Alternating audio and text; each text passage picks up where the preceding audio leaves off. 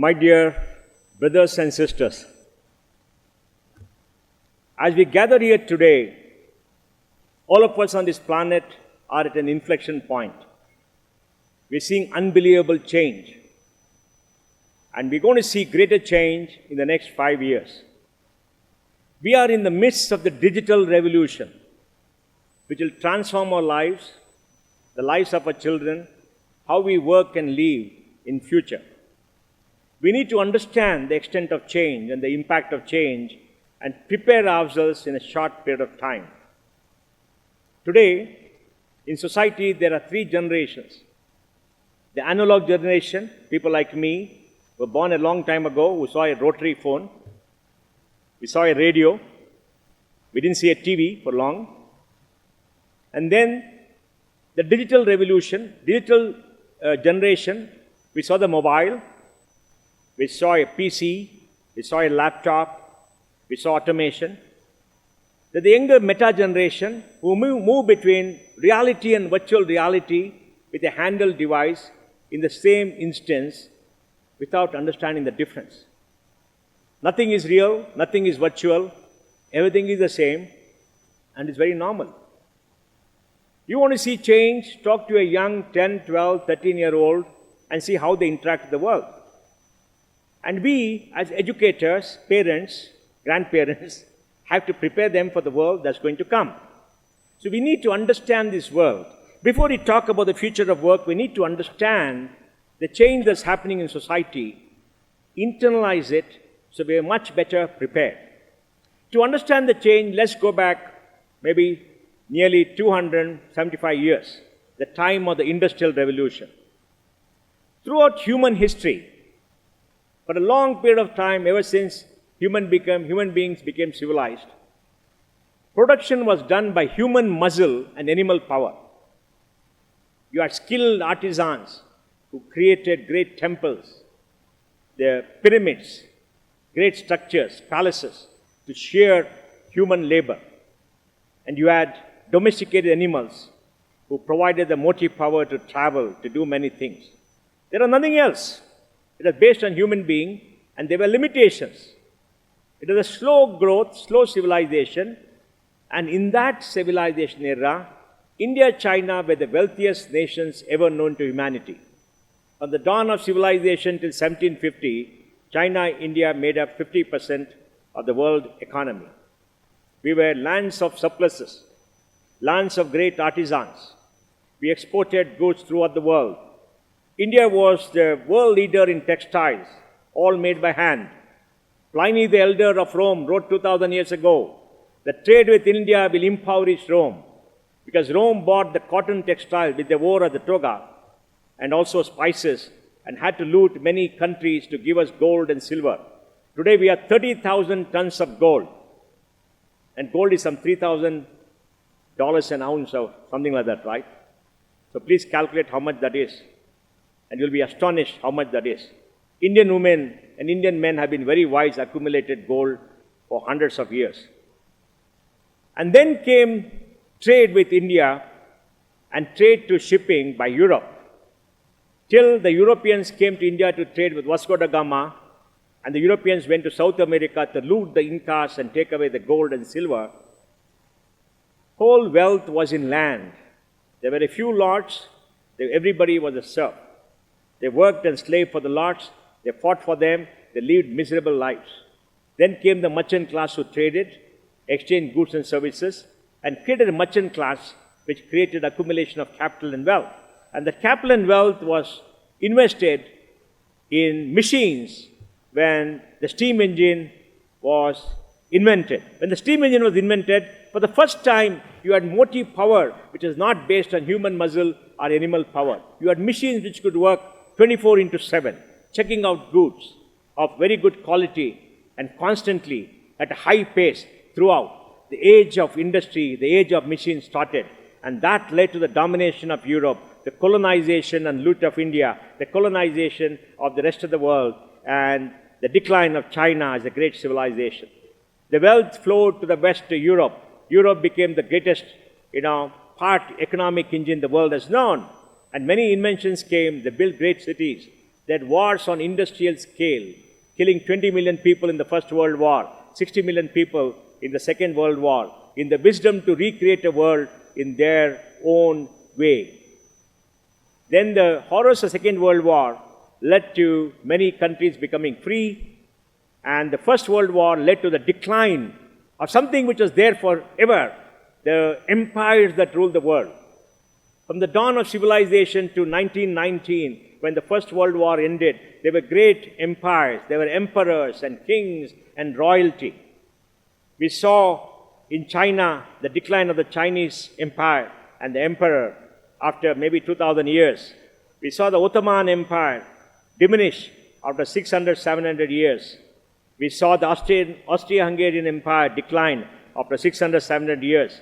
We saw the revolution in Russia with the deposition of the Tsar. We saw the German Empire go. The French had already finished off the king 100 years earlier maybe, and the British king was there and becoming more and more of a figurehead. But it ended once and for all with the decline and the destruction of empires and the rise of social action and the rise of a middle class. It's very important for us to understand how these changes happen, because everything we do and work is the result of all these changes. So post-war, there 200 countries came into being, and industrial automation started. Machines became more. The West became richer. The newly industrialized countries started building up their great countries and their economy. We saw the rise of Japan and Germany. We saw the rise of the Southeastern Asian tigers. We saw the rise of Taiwan. And then we saw the rise of China post-1978. Then we saw the rise of India, 1991, when we got back our economic freedom. But it was business as usual. The Industrial Revolution created a global supply chain to connect producers and consumers throughout the world. And the global supply chain was through shipping, through pipelines, to finance, to exchanges of goods and services, and through banking, etc. Now, that was how the world was controlled. The world was controlled by the global supply chain, and the West was dominant. 15 years ago, very new thing happened, the rise of the internet. The internet as a platform connected the whole of humanity together in one single platform 15 years ago, where you could deal with each other synchronously, asynchronously, 24/7.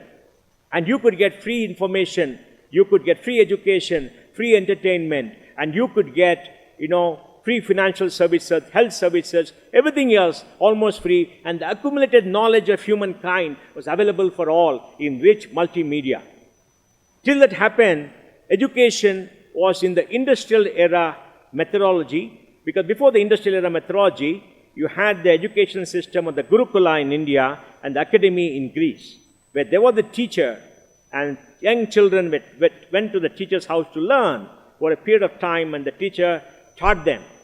But education was limited to a small number of people because not scalable. The Industrial Revolution led to the demand for a greater number of people. So we created a system of great schools and universities where there were professors who read all the books, and everybody came there and they were educated by listening to lectures and writing down the notes and passing an examination and getting a piece of paper which said that you're certified to know a limited amount of information, even if you didn't know them because you wrote that exam and got certain marks. And the brand of the university where you went opened doors throughout, but there was a limitless need for people to come and work because the industrial economy created great scope, and that created an education system that we know. And many of them became innovators and great thinkers because they were very different people, and that led to a thinking of innovation and growth in many countries like the United States. Europe dominated before Second World War in knowledge, then they all went to America, and America now dominates the world, and China is now dominating. But it's the result of the Industrial Revolution, where there was one-to-many broadcast in education. Then came the internet. Suddenly the competitive advantage, the people who read the books, like Shaker, who knows all about tax, was gone, because the knowledge was freely available. All the judgments of the cases were available. You could click and ask, and you could ask Google to search, and Google searched and told you. And now we got an AI. You speak to the AI and ask for case decision, and the AI gives you all the case decision. You tell the AI to write a judgment, the AI writes the judgment, and recently they found that the AI wrote a judgment for a tribunal in Bangalore by hallucinating and creating new judgments which never existed. So there was this court, and people go there, and what must have happened, Shekhar, is that possibly the tribunal members heard everything and said, what do we do next? Then the person repented said, I will write the judgment for you, which is what many things happen, which you don't know. You're not supposed to know this. And then they went and told a young man, write the judgment. He told the ChatGPT, write the judgment. ChatGPT wrote the judgment, and nobody read the judgment. And he created cases of his own which didn't exist. And they took it and they signed and issued it. Fortunately, I don't know who found it. Maybe Shekhar found it. Because Shekhar said, hey man, I know all the judgment that exists. I've never seen this. And he went to search, it didn't exist. Now, we got AI. We got all that information is there. So the world has changed. Because information was power. Knowledge was power. The knowledge was available. And that is going to accelerate. Now, in the midst of the digital revolution, the power of the world is there in your mobile phone. You can do so many things you could never think of, including doing a video with your family at 12 o'clock in the night from some remote place. All you need is a mobile phone and a cheap connection. Out of 8.2 billion people on this planet, 5.8 billion people have a mobile phone, 5.5 billion people are on the internet, and that's going to expand. And now we can do business on the web, and new business models are coming up, and the global supply chain which controls the global economy is in the back end. And it's become a part of what you can do, so the field has been leveled. And you can do business from anywhere because you can connect to consumers, you can connect to the world, you can become influencers, do what you want, including do silly things that somebody did recently, calling it comedy. Just imagine the change. And we've seen it in the last 10 years. And we've been part of it. Many of us don't understand it. I don't understand what goes inside my mobile phone. I know that I can press a few buttons and I get what I want. If I don't get what I want, I ask my son and he gives it to me. Or I got Swami who does it for me. I'm lucky. But that is the change that's going to come. And what is going to come in the next few years is going to be many times what happened in the last 10 years. And I'm going to explain to you. So please understand, when we talk about the future of work, work is what happens in society in the future and what the demand for work is going to be in the future. So we need to understand what is happening in society, how the world is changing today, and how the world could be in the next 10 years. Let me try to explain what I think is going to happen in the next few years. The most important thing that's going to happen is about demographics. We're 8.2 billion people, maybe 8.1 billion people. 30% of humanity is aging and shrinking. China's population of 1.4 billion people shrank by 1.6 million in 24, 2 million in 23. China's population of 124 million shrank by 800,000 in 23, maybe this year in 24, a million. Italy's population shrank. Russia's population shrank. And you know, the whole of the European population is shrinking. EU is shrinking. Average medium age in EU is 47 years. Japan is 47 years. The Japanese population of 122 million may become 96 million by 2050 and 67 million by 2100. What happens if your population shrinks? We don't know what happens because we never thought of it. For the last 100 years, population has been going up. We're saying that more people on this planet, and those globalists or wokes in America and other places think that you must not have children and you must save the planet and will make sure that people become infertile by doing many things. There are many conspiracy theories, so we can solve the climate problem. But the climate problem is being solved by itself, primarily because if society ages and society shrinks, there are not going to be people to be impacted by the climate. The whole thing is reversed. So this demographic change is going to impact countries. Europe has become very old. America is a median age, I think, 38. India is 29. China is 37. And the whole world in the next 5-6 years is going to happen. And India's fertility has come to 2.0. The whole of the South is 1.7. And now Chief Minister Stalin is picking up a fight for demilitarization, saying, we controlled our population and you guys in the North made more children, so you're going to get more power. How can it be? It is the way democracy is. So we got to have a political fight. India's fertility is 2.0. And if you look at population statistics, in the South, Tamil Nadu's population may shrink by 2035. Karnataka 2036. Kerala 2034-35. And in Karnataka itself, in 2001 and 2, there were 12 lakh children born. Last year, there were 12 lakh children. Last year, there were 10 lakh children. So all these government schools are shutting down. And today, there are only 40% or 42% of young people in class 1 in government school, as against 55% and 55% in class 12. We'll have more teachers than students like in Kerala. And many of the students may not even exist because they enroll them because they have to justify their jobs. I got data to prove that, but I can't disclose it in public. It's too dangerous. So this is happening all around the world, and that is going to be the change. And go forward by 2050.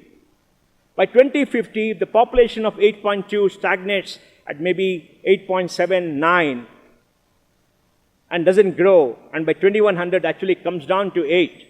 And 35-40% is above the 60. What happens to work? What happens to society? What happens to Europe? What happens to Japan? What happens to China? What happens to the US? That's the question we got to ask, and that is the bearing on the future of work. Because future can be future indeterminate. Future can be tomorrow, it can be 10 years, 15 years. And that is the biggest thing that's happening around the world, and is a global change with no going back. You're not going to have people produce more children. No, no, no. People want to work. People want time for themselves. People want to enjoy their lives. There's nothing wrong. And there's nothing right. It's an individual choice. We are in a time of individual choice and individual freedom. And it's irreversible. Even Trump cannot reverse it and doesn't plan to reverse it. He told me yesterday night in a tweet. The second big change that's happening is that digital revolution that is sweeping the world. We have now AI. What is AI? AI is an algorithm that can do work faster than a human being, because the algorithm has been trained on data and information to answer queries. Google was dumb search. You put in keyword, you search and say, these are all the things.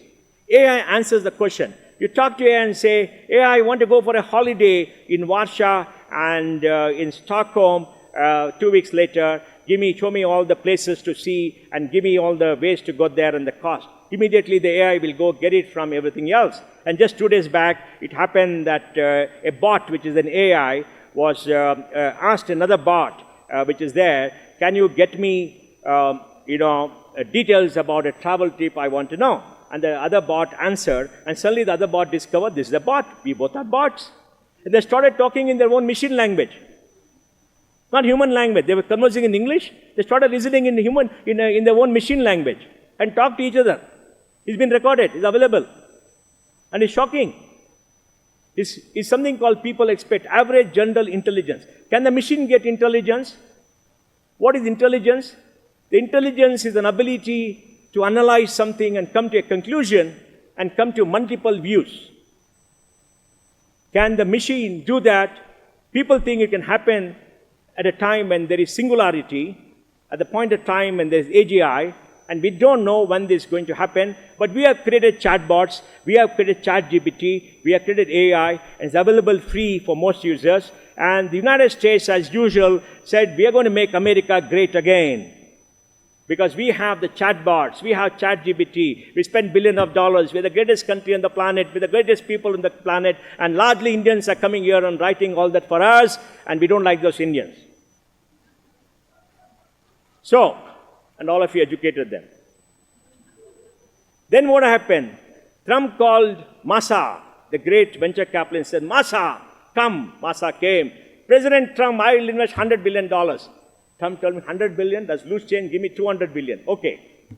3 weeks later, Masa came along with, who's the guy from ChatGPT? Sam Altman. And told him it's going to be $500 billion. We're going to invest in 3 years. We're going to get the hyper-cloud data centers. We're going to make America great again. And 2 weeks later, the Chinese released something called DeepSeek. DeepSeek was an AI algorithm. And the AI algorithm was smartly done by the Chinese because it has, it has 8 digits fidelity after the decimal point, whereas ChatGPT has 32. It uses sentences instead of words. It was done at 25% the effort at lower cost, and the Chinese subsidized it. It's not $5 million. They said $1.5 billion of computing power, blah, blah, blah. But they built up computing power, and they released it. And the very released it, Suddenly, a shocking thing happened. The American stock market collapsed by $2 trillion. $2 trillion is 50% of India's GDP. It's 70% of UK's GDP. In one day, boom, Nvidia fell down by $600 billion. $1 billion has no value. $100 billion, no value. $1 billion, no value. And then what happened? Then Xi called the Chinese entrepreneurs who've been cold shouldering to say, come for a meeting. And he told all of them, that's what I hear, that now we got the power to beat America. What is the power of America? The power of innovation and market capitalization. We innovate, our value goes up, we become rich. They even create these tokens and all that which have got no value and become rich. And he told them, and now he's got the weapon to compete with America. So America comes with another innovation, market goes up 2 trillion, they'll release something free of cost, market will fall 3 trillion. So you don't have to fight America.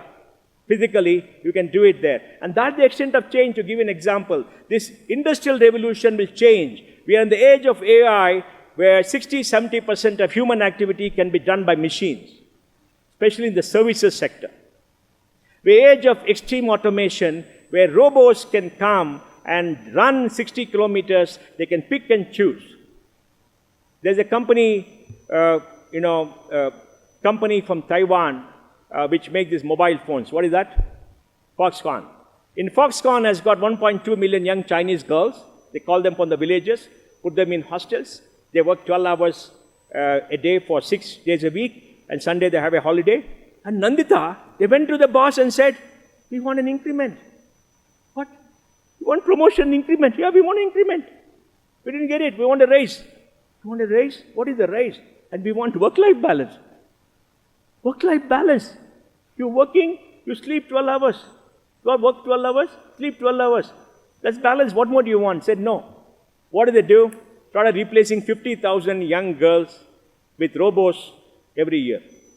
And the robots have got the dexterity in the fingertips to assemble. Because assembly is using your fingers. So they can have the dexterity to assemble. And if you go to a auto factory, it's all robots. We went to the Tesla factory before COVID, all robots. Robots lift, robots dump, robots do everything, boom, boom, boom, boom, boom. And Daimler-Benz has got a robo factory where you can change the models for every 5 cars, and it's not a steady process. And that's extremely difficult. Because all the components have to come, and now the components will be very different because you can change the models, all done automatically. And it works 24/7. And the robot doesn't ask you for a raise. What will HR people do? All of you fight for raises, compensation, work-life balance, holidays, promotion. Perfect answer. Nandita, the whole premise on build your career as HR is gone. You can't fight for promotions anymore. The bot will come. The bot will do it. Cheaper, better, faster, 24/7, no holidays, no work-life balance, nothing. Can it happen? Largely. AI can do 60% of human activity. That's what people say. 20 to 30% increase in productivity. And human work is very different. There's physical work, building, roads and all that, which is getting automated with tools and other things.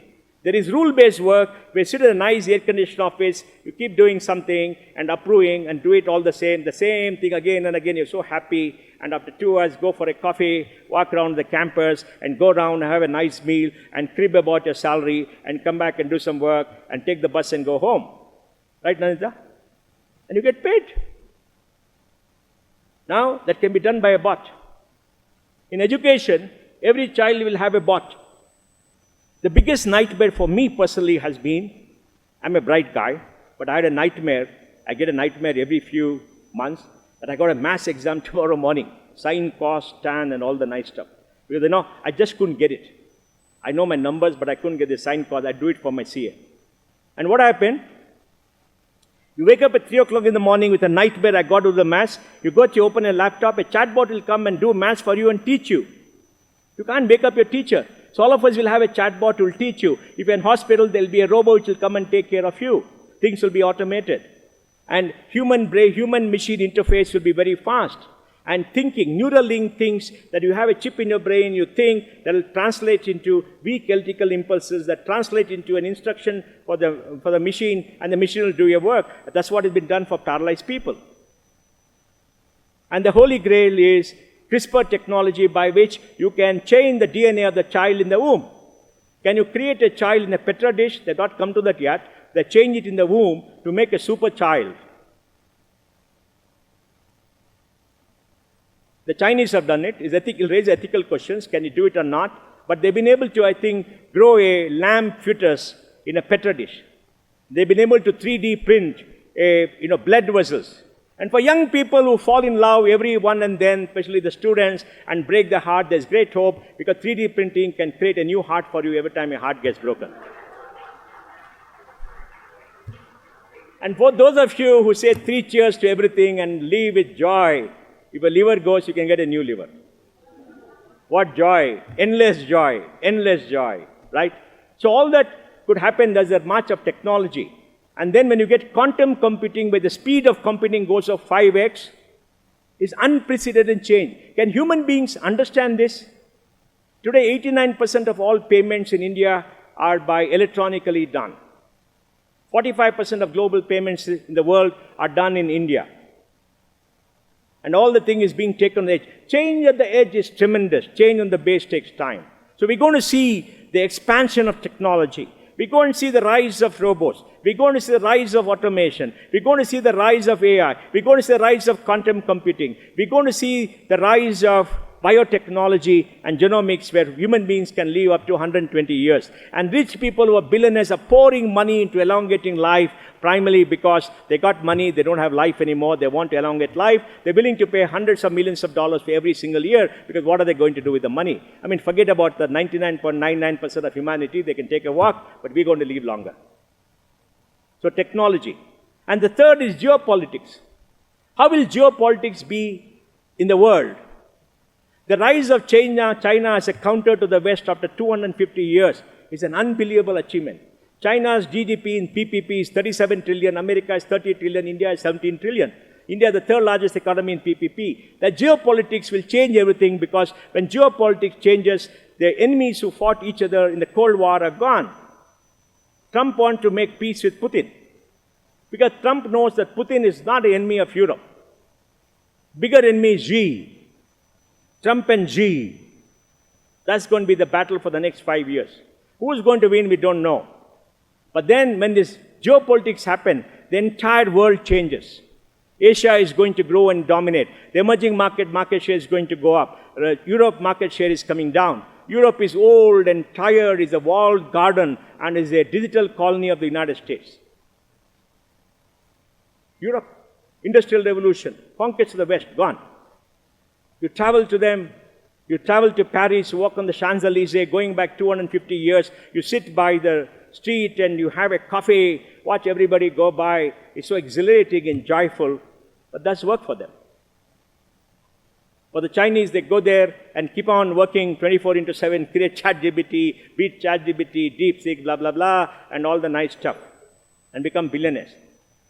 And the aspiration for some is to have the next cup of coffee at 3 o'clock in the afternoon. So this change is going to come. Geopolitics is going to change. And then, what is the next level of change? For the next level of change, these big trends, what is the impact on work?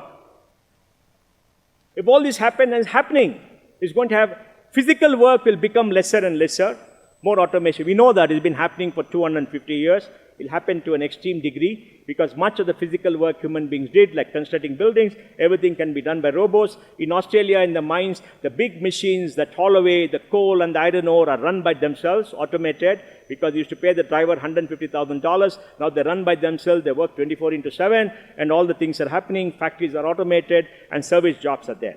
And that will diminish everywhere. Second, in the service sector, jobs which are of very repetitive nature will disappear. If you look at the Indian banking sector, in the last 10 years, 2 lakh jobs are gone in the banking sector, in the public sector, despite the balance sheet going up 5x. 2x is 5x, and it's come down by 200,000.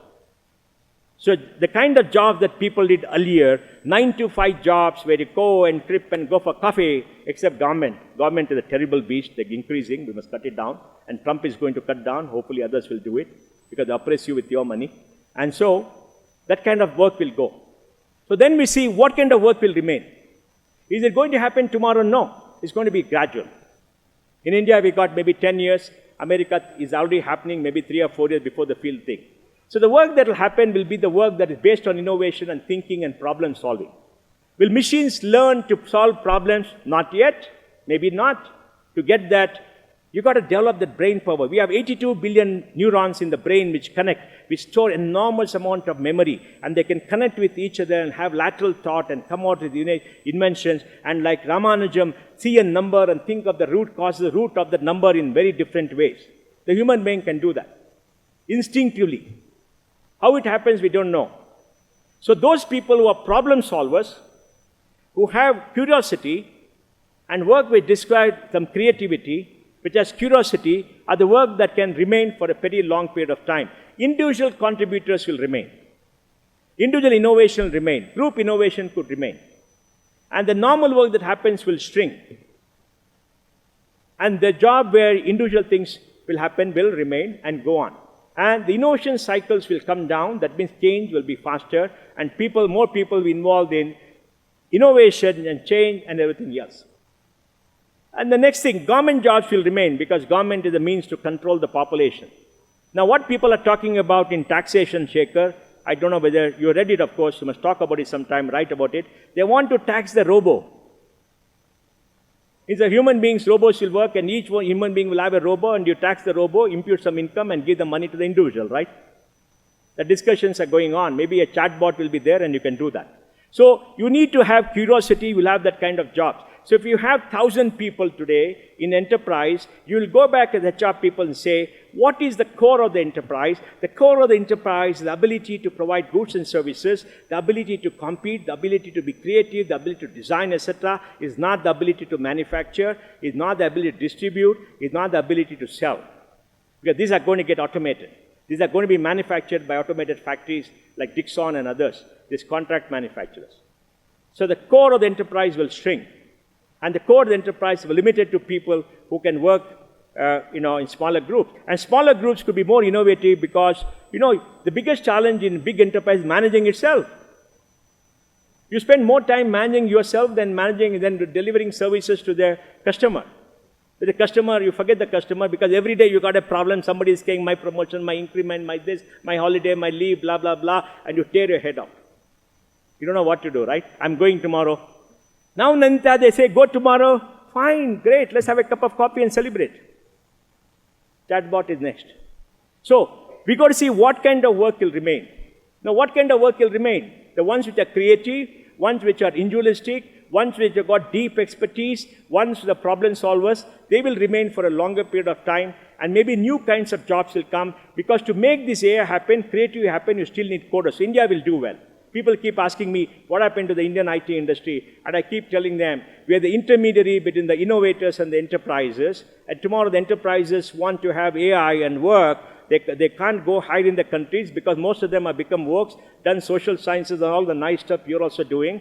And they do diversity, equity, and all that nice stuff, which is now Trump is saying is banned, and they're out of the job, and they can't do STEM, they can't think. Today I read about a girl in America who finished class 12 and could not read and write, and she's suing her school. She's about to get a diploma saying she's educated up to class 12. Don't know what that is. She could not read and write. And then, so they had to come to India.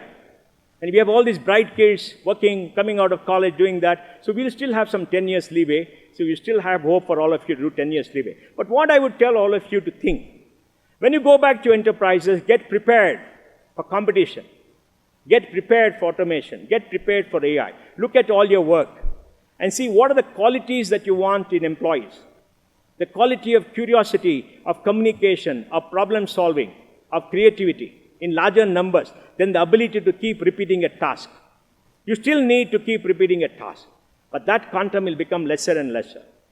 And then hide the people with that kind of ability. And that is very important. Then you come back to Chanakya and say, these are the kind of people we want.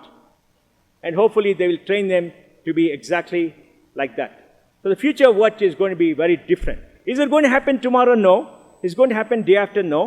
It will happen in the 2 or 3 years slowly. It's already happening in many countries. It will happen faster in India. It will happen faster in the West. And we have to be prepared. There are multiple opportunities, the multiple threats. But if you're middle-aged and 40 and lose your job, God help you. Nobody wants to hire for people of 40, 45. Maybe you've got to create a gig economy where they could come and work as consultants or whatever it is when people want somebody who are not permanent to do a piece of work. I think it's going to be difficult. So you've got to keep training yourself. You've got to keep skilling yourself. We speak about lifelong skilling, and lifelong skilling is a necessary requirement. Necessary and more than sufficient. And I think that's an extremely important thing that we do. We've got to prepare our children. We've got to prepare our young people. And we've got to think about that work and decide what exactly is work, how is it going to happen, how do you prevent change. We do have time. And I think that's the principle that we got to go. You tell me which kind of work, you identify all the principles of the work, why the work is important, and see what could sustain, and then you can come to a conclusion yourself. So I want to end by telling you that the future is going to be very exciting. It's going to change very fast. There's going to be an enormous amount of technology, creative destruction in future. Value chains will shift from place to place. We have to upgrade ourselves, upgrade our skills, upgrade the environment, and look at what can happen 3, 4 years later. And then carry on and do your work. And I remember when I passed my CA, and the CA was a very tough exam, scary, because you got to get 40 in a group and 50 for the entire group, average of 50. I said, I'll go back after I pass and go back and see all the students writing the exam and laugh at them. 1 year I went back and laughed at them, just to make me feel happy. And those of you who had a great career, so now in the open, enjoying your stock option and the money and your holidays, go meet the poor HR people, talk to them, lecture to them, pat them on the back, and go back to what you're doing. And the rest of you who are in a profession, think hard.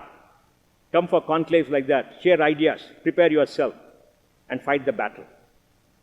And in the Vice Chancellor saying we're going to have 25,000 students, it's an invitation to all of you to come and hire all of them. We're going to be the best in India. If nobody says it, we're going to say it. And all of you are going to be our partners. So I want to thank the organizers for giving me the opportunity to share things with you. I made some generic inferences. Learnability in Infosys we defined as the ability to make specific inferences from general, what is that? General instances. To make specific inferences from general instances, because there are a lot of general instances, you assimilate the data, use it, analyze, and come out with specific that this is how things are happening and offer alternatives, and that's what we got to do. And we have to think, we have to read, we have to understand, we have to hear, we have to listen, and we have to be prepared. And that is what is going to make success, and the work will happen there. Thank you very much.